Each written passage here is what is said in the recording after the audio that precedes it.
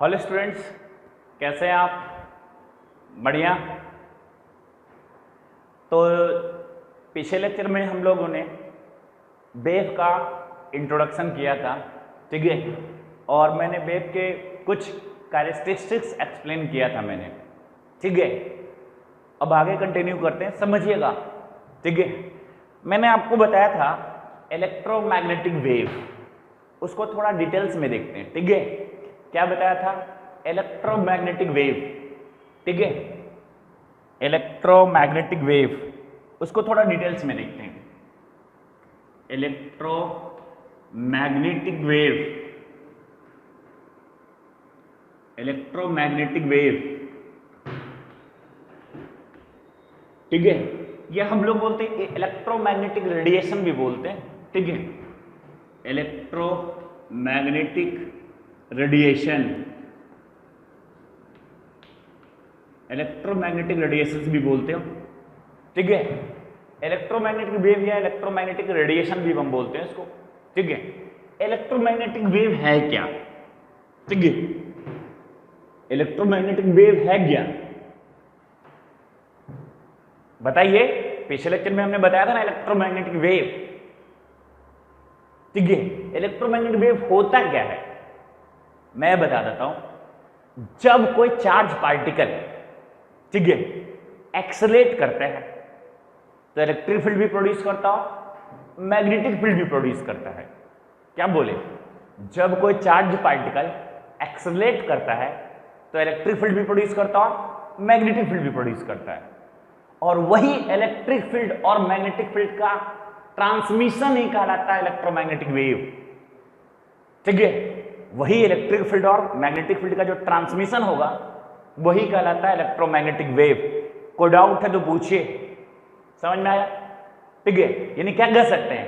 Emission and transmission of energy, ठीक है। Emission and transmission of energy in form of wave is called electromagnetic wave, ठीक है। चलिए, emission and transmission of energy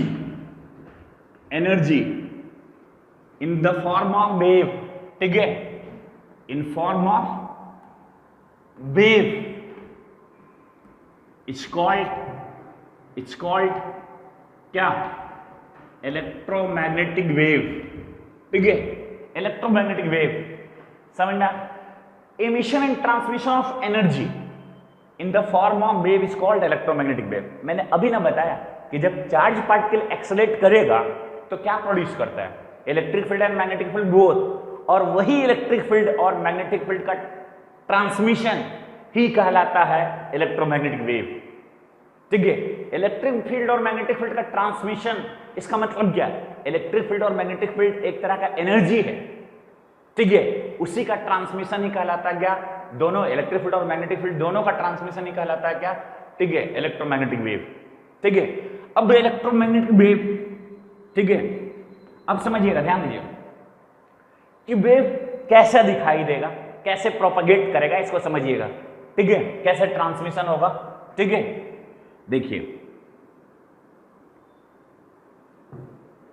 देखिएगा, समझिएगा। ये मान लिया एक्स एक्सिस है, ये वाई एक्सिस है, ये जेड एक्सिस है, ठीक है।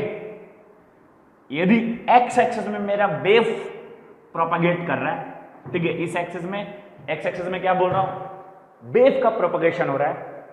तो वाई एक्सिस में इलेक्ट्रिक फील्ड मान ली प्रोपगेट कर रहा है, देखिए ये इलेक्ट्रिक फील्ड, ठीक है।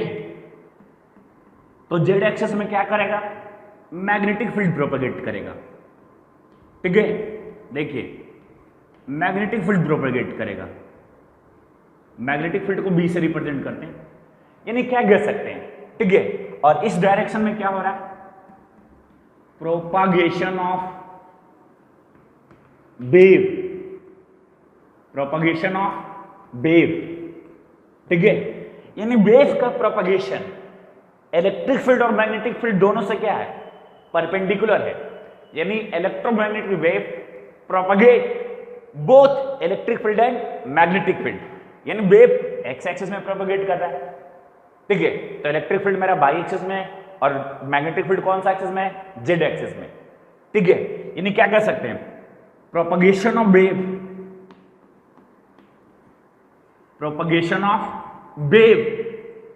ठीक है, is perpendicular to both electric field, EF का मतलब इलेक्ट्रिक फील्ड एंड MF का मतलब मैग्नेटिक फील्ड, ठीक है। चलो पूरा लिख देता हूं, मैग्नेटिक फील्ड। यानी इलेक्ट्रोमैग्नेटिक वेव का जो प्रोपगेशन है वो इलेक्ट्रिक फील्ड और मैग्नेटिक फील्ड से क्या होता है, परपेंडिकुलर होता है, ठीक है। देखिए ना, propagation of wave is perpendicular to both electric field and magnetic field, ठीक है। इसको और भी हम चाहें तो डायग्राम बना के दिखा सकता हूं। देखिए इसका 3D डायग्राम बना के दिखाता हूं, एग्जैक्ट पिक्चर देखिएगा, ठीक है।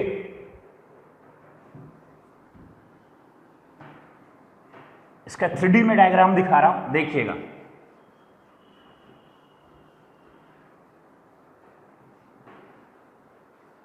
देखिएगा 3D में डायग्राम दिखा रहा हूं, देखिए ये एक्स एक्सिस है,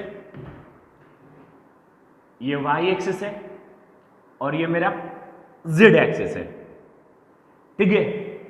एक्स एक्सिस में मान लिया वेव चल रहा हो, ठीक है, तो इलेक्ट्रिक फील्ड कौन सा एक्सिस में चलेगा, वाई एक्सिस में चलेगा, ठीक है। चलो देखो, ठीक है, ये इलेक्ट्रिक फील्ड दिखाया गया, ठीक है।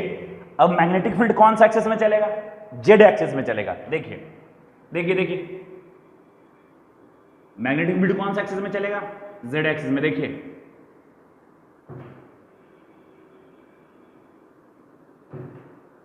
ठीक है, देख लीजिए, ठीक है, यही है बेटा मेरा इलेक्ट्रोमैग्नेटिक वेव, ठीक है।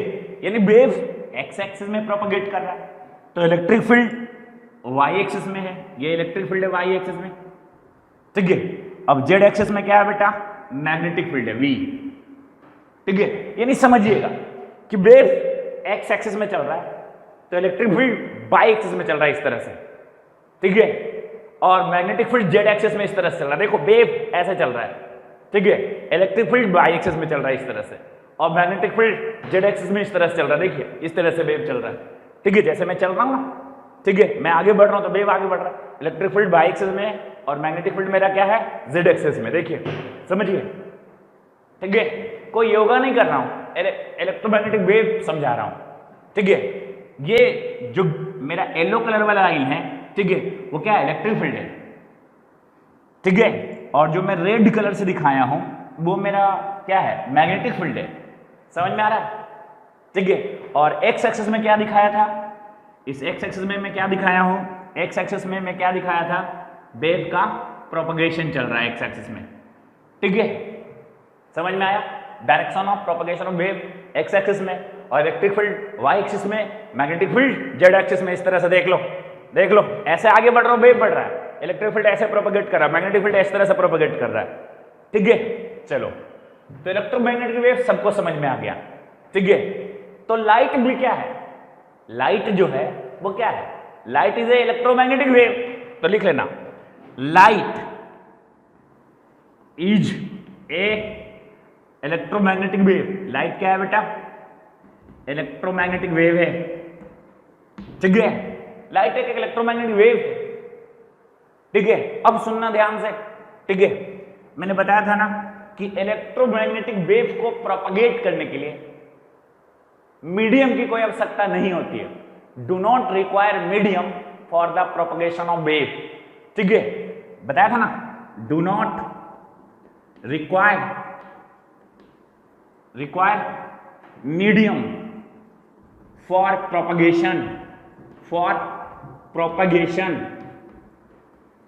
प्रोपगेशन ऑफ वेव, ठीक है। यानी इलेक्ट्रोमैग्नेटिक वेव को प्रोपगेट करने के लिए कोई मीडियम की आवश्यकता नहीं है, ठीक है, यानी मीडियम का होना कोई जरूरी नहीं है, ठीक है। और ये भी मैंने बताया था कि इलेक्ट्रोमैग्नेटिक वेव का जो स्पीड होता है वो लाइट के स्पीड के बराबर होता है, ठीक है। यानी c के बराबर होता है, मैंने बताया था ना कितना, 3 × 10 का पावर 8 मीटर पर सेकेंड। यही है इलेक्ट्रोमैग्नेटिक वेव का speed. Speed of electromagnetic wave speed of light के बराबर होता है। ये भी मैंने पिछले लेक्चर में आपको बता दिया था। ठीक है, इतना सबको समझ में आया? समझ में आया? ठीक है, अब हम जो बात करेंगे, ठीक है, इलेक्ट्रोमैग्नेटिक वेव यानी लाइट, तो लाइट के डुअल नेचर होते हैं। ठीक है, अब टॉपिक टर्न कर रहा है, ध्यान सुनिएगा क्या बोल रहा हूं। लाइट के डुअल नेचर होते हैं, एक वेव नेचर होता है, एक पार्टिकल नेचर होता है। ठीक है, लाइट के यानी बोल सकते हैं इलेक्ट्रोमैग्नेटिक वेव के डुअल कैरेक्टर हैं। ठीक है, एक पार्टिकल कैरेक्टर होता है, एक वेव कैरेक्टर होता है। ठीक है, तो कुछ फेनोमेनन को हम पार्टिकल कैरेक्टर के स्टडी का यूज करके पढ़ेंगे और कुछ फेनोमेनन जो आप फिजिक्स में पढ़ेंगे, ठीक है, वो वेव कैरेक्टर को रिप्रेजेंट करेगा। ठीक है, यानी dual nature of electromagnetic wave होता है, ये आप जान लीजिए आज। ठीक है, कि इलेक्ट्रोमैग्नेटिक वेव का ड्यूअल नेचर होता है बेटा। ठीक है, समझ में आ रहा? बोलो सर वेव नेचर कहां पढ़ना है? तो वेव नेचर आप फिजिक्स में पढ़ेंगे, जैसे डिफ्रैक्शन। ठीक है, डिफ्रैक्शन में, इंटरफेरेंस में, ये सब में वेव नेचर पढ़ेंगे आप। ठीक है, इलेक्ट्रोमैग्नेटिक वेव का। ठीक है, मतलब मैं लिख देता हूं, समझिए।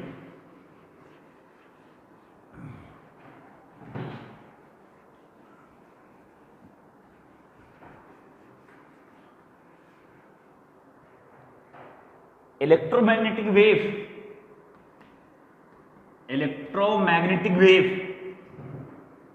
मैग्नेटिक वेव का डुअल नेचर है। ठीक है, इसका डुअल नेचर है। ठीक है, एक होता है वेव नेचर और एक होता है पार्टिकल नेचर। ठीक है, पार्टिकल नेचर तो वेव नेचर्स का यूज करके आप फिजिक्स में स्टडी करेंगे, जैसे ठीक है, रिफ्रैक्शन,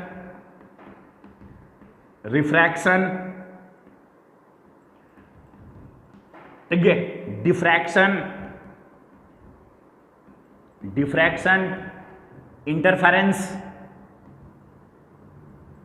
इंटरफेरेंस, ये सब आप, ठीक है, वेव नेचर का यूज करके स्टडी करेंगे आप।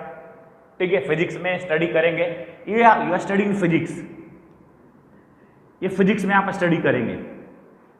ठीक है, अभी जो मैं बताऊंगा वो पार्टिकल नेचर को बताऊंगा। ठीक है, तो पार्टिकल नेचर का यूज करके हम, ठीक है, क्या पढ़ते हैं? ब्लैक बॉडी रेडिएशन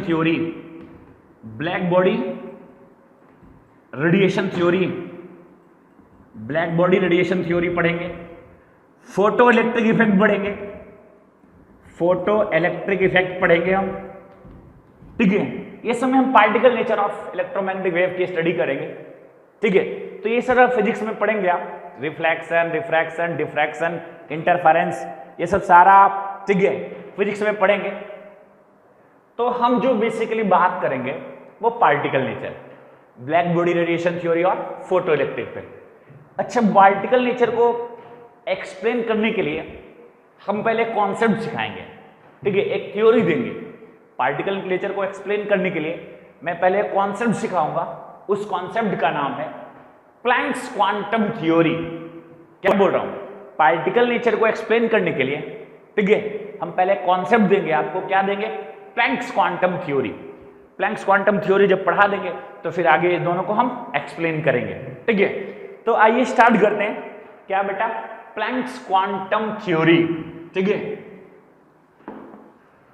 तो प्लैंक्स क्वांटम थ्योरी में हम आपको पार्टिकल नेचर के बारे में एक्सप्लेन करने वाले हैं। ठीक है, कि पार्टिकल नेचर में हम आपको बेसिकली बताएंगे कैसे, समझिएगा इसको। ठीक है, कि पार्टिकल नेचर कैसे समझेंगे। देखिए कि मैंने फिर से बोल रहा हूं, एक बल्ब है, ठीक है, और एक आदमी है, मैन। ठीक है, ये बल्ब से लाइट एमिट हो रहा है। लाइट भी क्या है? इलेक्ट्रोमैग्नेटिक वेव है। तो बल्ब से लाइट आदमी के पास पहुंच रहा है, ठीक है। देखिए अब वेव क्या है, कंटिन्यूअस सोर्स ऑफ एनर्जी है, यानी इस आदमी को हमें कंटिन्यूअस फॉर्म में एनर्जी मिलना चाहिए था, ठीक है, लेकिन ऐसा नहीं होता है, ठीक है। इस आदमी को कंटिन्यूअस फॉर्म में एनर्जी नहीं मिलता है। इसका मतलब हुआ कि जरूर न जरूर, ठीक है, ये जो लाइट जा रहा है इसमें कुछ डुअल कैरेक्टर जरूर है, ठीक है, क्योंकि वेव, हम लाइट को सिर्फ वेव मानते तो इस आदमी को क्या कंटिन्यूअस फॉर्म में एनर्जी मिलना चाहिए था, लेकिन ऐसा नहीं हुआ। इसका मतलब इस लाइट में क्या है, डुअल कैरेक्टर है, सिर्फ वेव कैरेक्टर नहीं है, ठीक है। क्या है, वेव कैरेक्टर के साथ साथ पार्टिकल कैरेक्टर है। तो जो पार्टिकल कैरेक्टर को समझते हैं, देखिए अब क्या कहता है, ये जो बॉडी है, बल्ब है, ये बल्ब है, वो एनर्जी कैसे छोड़ रहा है, एक एक पैकेट करके एनर्जी छोड़ रहा है, एक एक पैकेट करके एनर्जी छोड़ रहा है, ठीक है। यानी ये जो आदमी है वो डिसकंटिन्यूअस फॉर्म में एनर्जी एब्जॉर्ब करता है। इसका मतलब क्या है, ये जो बल्ब है वो एनर्जी डिसकंटिन्यूअस फॉर्म में छोड़ रहा हो, ठीक है।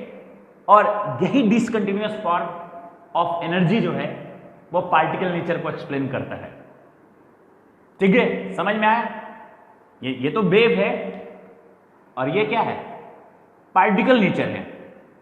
ऊपर वाला तो वेव नेचर दिखाओ, नीचे वाला क्या है, पार्टिकल नेचर है। यानी ऊपर वाला कंटिन्यूअस सोर्स है और नीचे वाला क्या है, डिसकंटिन्यूअस है, ठीक है।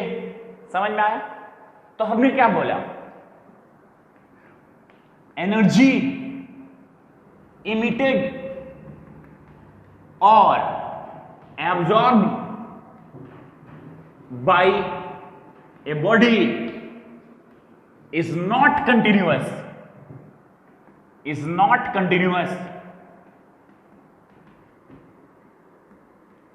ठीक है। यानी कोई बॉडी एनर्जी इमिट कर रहा है या कोई बॉडी एनर्जी अब्सॉर्ब कर रहा है तो वो कंटिन्यूअस नहीं होगा, ठीक है। यानी कोई बॉडी इलेक्ट्रोमैग्नेटिक वेव छोड़ रहा है तो इलेक्ट्रोमैग्नेटिक वेव के फॉर्म में, ठीक है, एनर्जी छोड़ रहा है तो वो एनर्जी कंटिन्यूअस नहीं होगा, ठीक है। चलो अब क्या है समझिए, समझ में आ रहा है ना, ठीक है।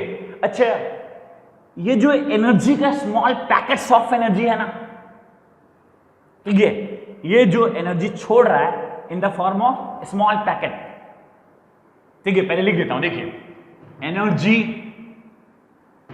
एमिटेड और एब्जॉर्ब बाय ए बॉडी, ठीक है, in form of small packets of energy, ठीक है। And these small packets are called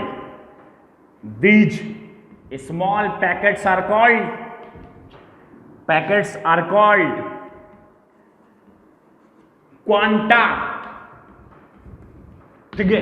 ये जो सारे स्मॉल पैकेट है ना, ठीक है, उसको हम क्या बोलते हैं, क्वांटा। और जिसमें सिर्फ एक पैकेट को, सारे पैकेट मिला के क्वांटा बोलेंगे, और जिसमें सिर्फ एक पैकेट को हम क्वांटम बोलेंगे। यानी क्या समझ में आ रहा है, एक पैकेट को क्या बोलेंगे, क्वांटा। सिर्फ एक पैकेट लेंगे तो क्वांटम बोलेंगे, क्वांटम। और सारे पैकेट मिला देंगे तो क्या बोलेंगे, क्वांटा, ठीक है। यानी ठीक है, समझ में आ रहा, ईच पैकेट इज कॉल्ड क्या, क्वांटम, ठीक है। Energy of each packet is called quantum. लिखता हूं, सब लिखता हूं, देखते चलो, ठीक है। Energy of each packet is called quantum. Energy of each packet is called क्या बेटा, क्वांटम, ठीक है, समझ में आ रहा?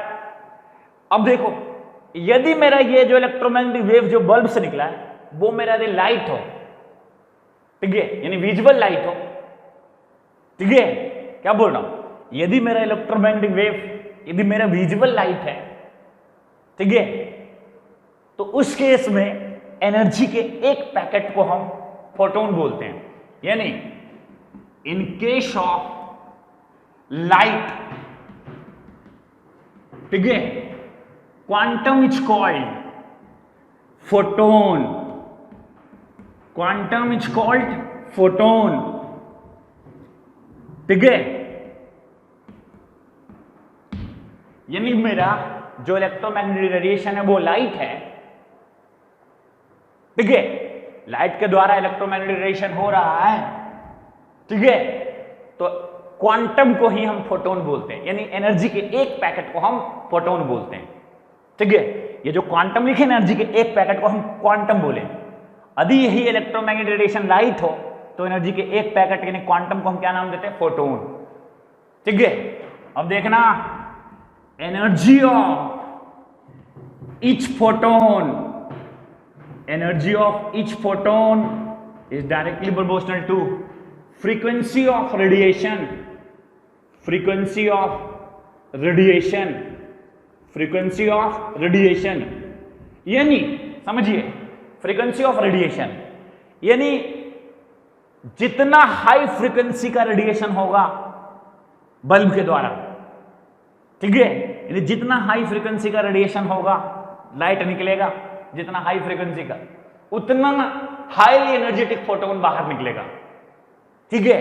यानी E डायरेक्टली प्रोपोर्शनल टू क्या? न्यू, ठीक है। तो E equal to H nu, H क्या है? Proportionality constant, and it's called Planck's constant.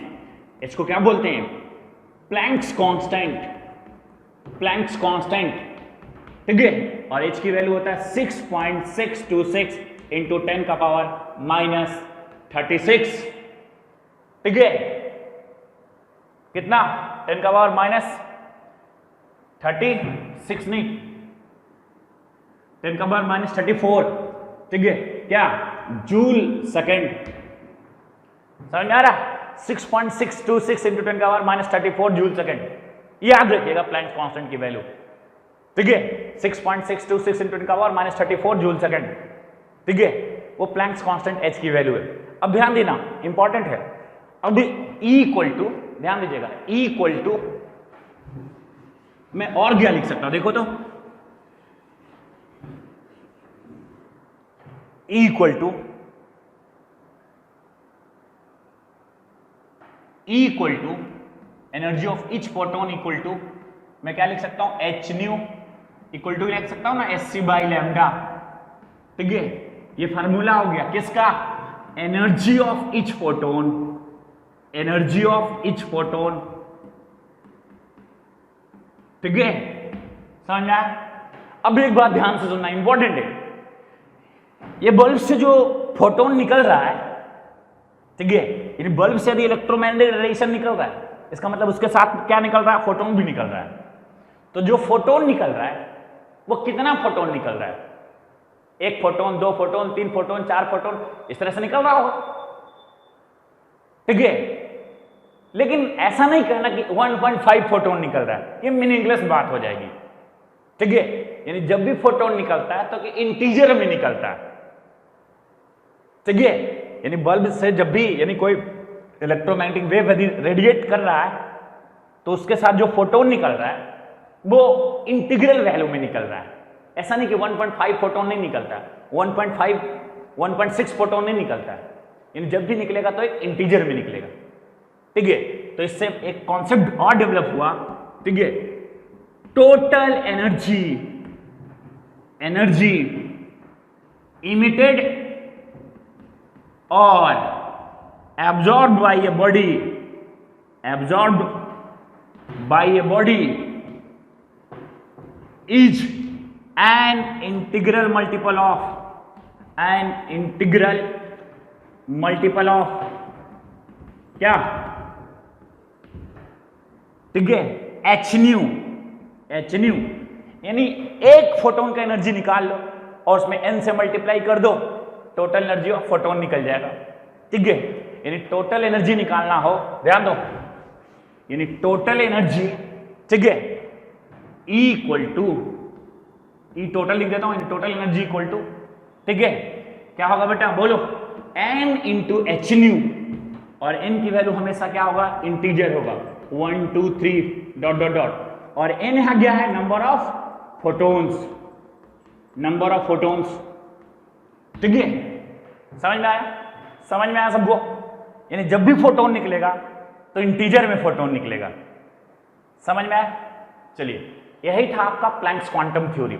इस पे अभी प्रॉब्लम करने, सिर्फ थ्योरी पढ़ने से नहीं होगा ना, यानी याद क्या रखना है, प्लैंक्स क्वांटम थ्योरी में याद क्या रखना है, याद क्या रखना है, यानी कोई, ठीक है, पहला पॉइंट क्या याद रखना कि कोई भी बॉडी से यदि इलेक्ट्रोमैग्नेटिक वेव रेडिएट कर रहा है, ठीक है, तो उससे एनर्जी हमेशा डिसकंटिन्यूअस फॉर्म में निकल रहा है, और ठीक है, और जो डिसकंटिन्यूअस फॉर्म में एनर्जी निकल रहा है, ठीक है, वो पार्टिकल नेचर को एक्सप्लेन कर रहा है। ठीक है, और सुनो, नेक्स्ट पॉइंट क्या बोला मैंने कि सर कि जो ये सारे, ठीक है, एनर्जी के पैकेट को, ठीक है, क्या बोलते हैं हम, क्वांटा, और एक पैकेट को बोलते हैं क्वांटम। ठीक है, और भी मैंने बताया कि in case of light quantum को हम फोटोन भी बोलते हैं, energy of each photon E into H nu या एच सी बाय लैम्डा। ठीक है, टोटल एनर्जी एमिटेड और absorb by a body is an integral multiple of H nu, यानी कभी एनर्जी निकलेगा तो एन इंटू एच न्यू के form में टोटल एनर्जी रिलीज होगा, यानी जो फोटोन होगा वो हमेशा इंटीग्रल वैल्यू होगा। ठीक है, यही था प्लैंक्स क्वांटम थ्योरी का एक्सप्लेनेशन, जो कि मैंने सारा पॉइंट आपको एक्सप्लेन कर दिया। ठीक है, समझ में आया। ठीक है, यानी प्लैंक्स क्वांटम थ्योरी क्या कहा, सिंपल सी भाषा में कि बताया तो आपको कि किसी भी बॉडी से जब जो एनर्जी यदि इलेक्ट्रोमैग्नेटिक वेव के फॉर्म में रेडिएट हो रहा है वो हमेशा क्वांटाइज होगा। ठीक है, यानी ऐसा नहीं कि 1.5 फोटोन निकलेगा, 1.6 फोटोन निकलेगा, ऐसा नहीं होगा, एक इंटीग्रल वैल्यू में फोटोन निकलेगा। ठीक है, चलो